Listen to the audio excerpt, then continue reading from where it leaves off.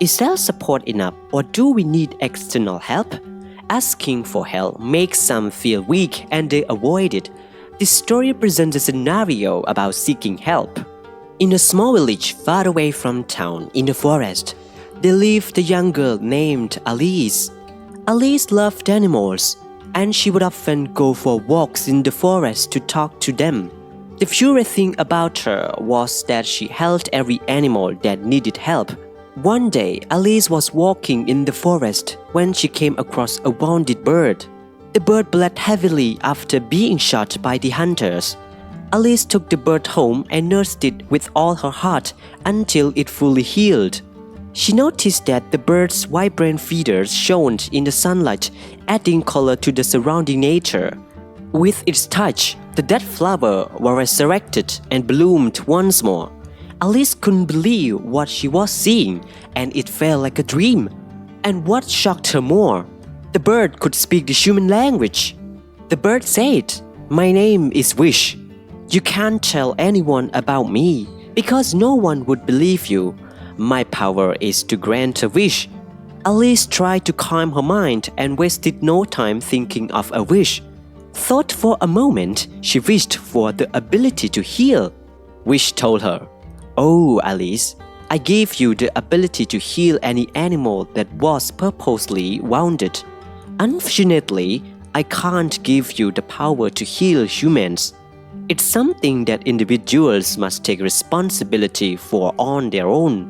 Then the magical light from Wish covered all over Alice's body. After that, she felt new, but Wish disappeared.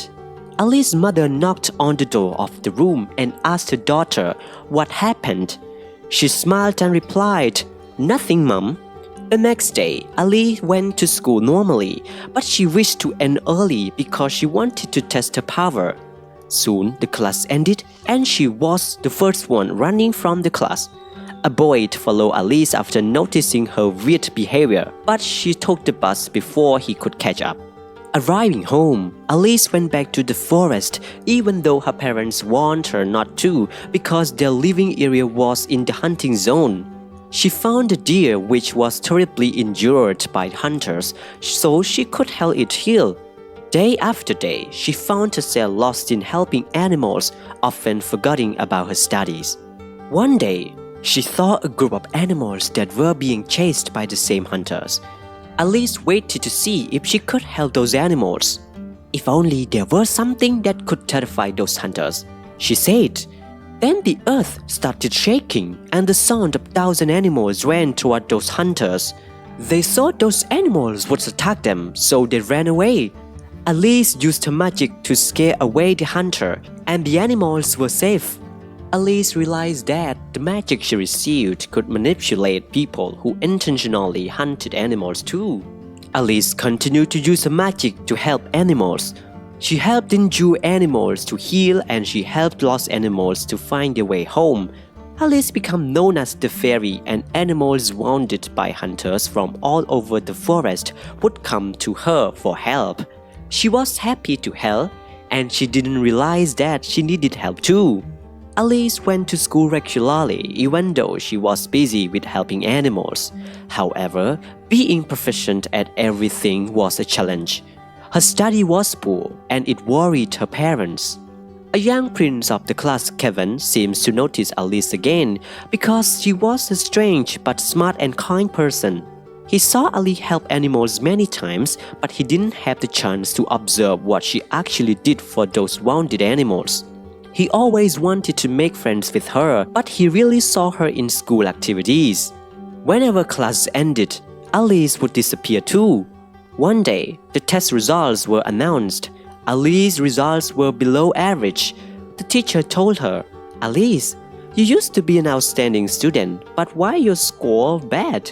Kevin then suggested to her, "Alice, do you need my help?" Everyone was quiet, seeing the best student offer help to the other best student, Alice. However, Alice said no because she didn't need anyone's help. Then Alice sadly went back home by bus. When she got off the bus, one of the hunters pointed at her and said, "She is the witch who manipulates us. I saw her." With no answer, Alice ran as fast as she could, but those hunters were no doubt faster than her. Then an unknown's hand covered her mouth, and the owner took her to hide. That person was Kevin. "What did you do? Why did those men follow you? I noticed from school," Kevin urged. She replied, "Thank you, but I don't need help, and I don't want to answer your question." Alice left while she was still shaking, but Kevin made sure she arrived home with no trouble, so he must follow her.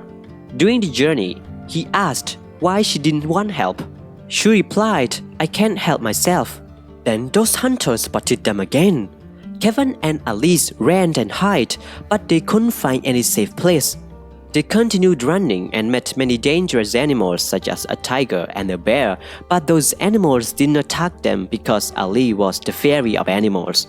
Kevin was astonished to see those vicious animals actually help them.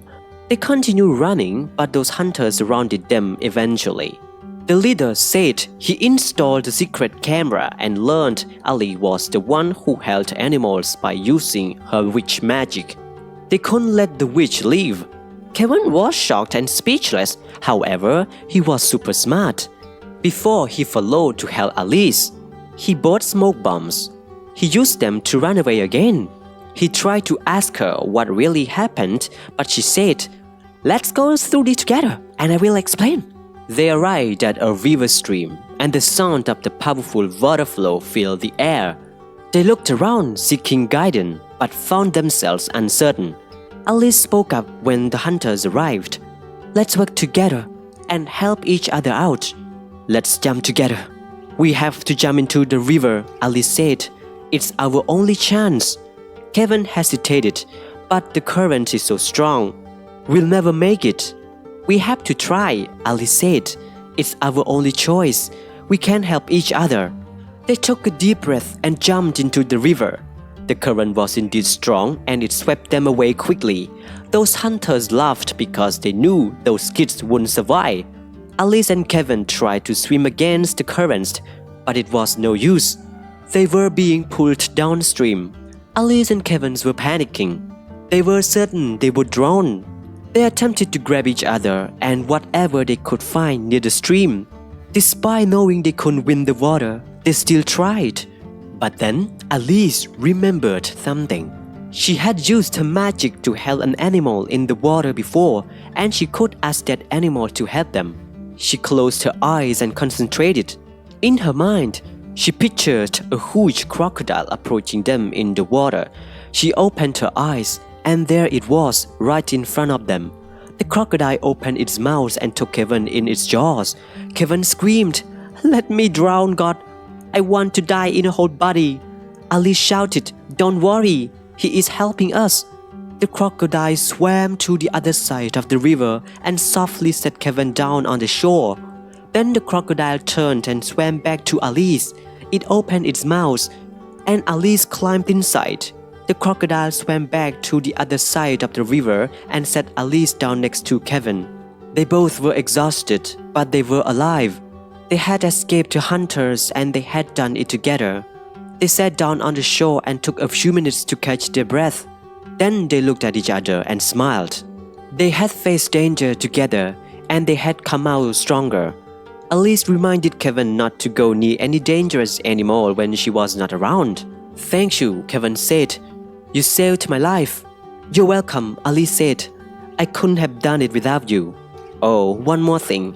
I need your help with my study too," she asked and giggled. Kevin remembered about what he heard from the video that Alice was a witch. He asked her what happened. She replied she would explain to him along the way.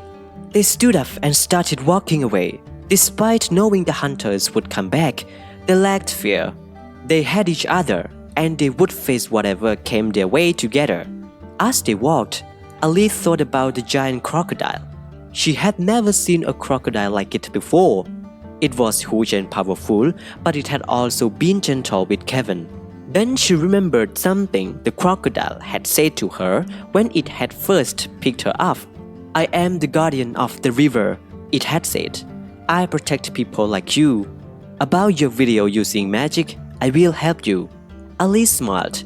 She knew that she and Kevin would always be safe as long as they had the crocodile's protection. Alice reminded herself that she would ask for help, but she must help herself too.